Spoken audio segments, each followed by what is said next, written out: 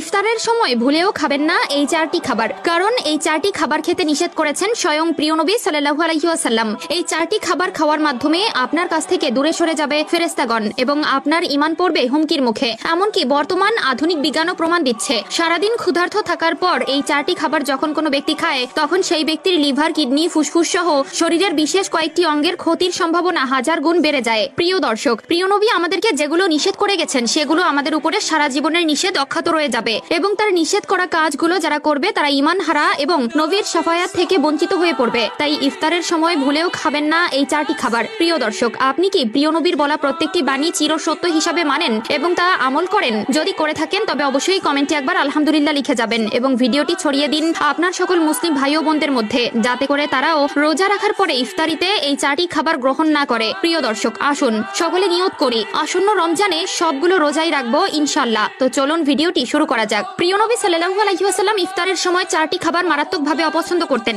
এবং যারা এই চারটি খাবার গ্রহণ করে তারা যেন প্রিয় নবীর ধারে কাছে কিংবা মসজিদের আশেপাশেও না যায় তেমনি হুঁশিয়ারি দিয়ে গেছেন। সে খাবার চারটির মধ্যে প্রথম দুইটি খাবার হলো কাঁচা পেঁয়াজ এবং কাঁচা রসুন। আমাদের মধ্যে এমন অনেক লোক আছে যারা ইফতারের সময় কাঁচা পেঁয়াজ, কাঁচা রসুন খেয়ে থাকে, বিশেষ করে কাঁচা পেঁয়াজ সালাদ হিসেবে খেয়ে থাকে। ইফতারের সময় নানান ধরনের ভাজা পোড়া এবং ছোলা ভুনার সাথে একটু ঝাঁঝালো সালাদ হিসেবে কাঁচা পেঁয়াজ ও রসুন বহুল প্রচলিত। তবে এই দুইটি খাবার ইফতারের সময় প্রিয় নবী গ্রহণ করতে নিষেধ করেছেন, কারণ কাঁচা পেঁয়াজ ও রসুনের পৃথক পৃথক গন্ধ আছে যা দুর্গন্ধ বলা চলে এবং কোনো প্রকার দুর্গন্ধযুক্ত স্থলে ফেরেশতাগণেরা থাকে না, তারা দূরে সরে যায়। তাই তো প্রিয় নবী সাল্লাল্লাহু আলাইহি ওয়াসাল্লাম সেই সকল লোকেদের মসজিদের কাছে পর্যন্ত যেতে নিষেধ করেছেন যারা কাঁচা পেঁয়াজ খায়। তবে এক্ষেত্রে প্রশ্ন আসতে পারে, পেঁয়াজ খাওয়া কি তবে নাজায়েজ? না প্রিয় দর্শক, খাবারের স্বাদ উন্নয়ন করার জন্য পেঁয়াজ ও রসুন প্রয়োগ করা যাবে, তবে অবশ্যই যখন সেটা সেদ্ধ করা হবে তখন সেটা দুর্গন্ধ চলে যাবে। এছাড়া তৃতীয় নম্বরে যে খাবারটি আছে সেটি হলো গরম খাবার। ইফতারের সময় ভুলেও গরম খাবার খাবেন না। প্রিয় নবী সাল্লাল্লাহু আলাইহি ওয়াসাল্লাম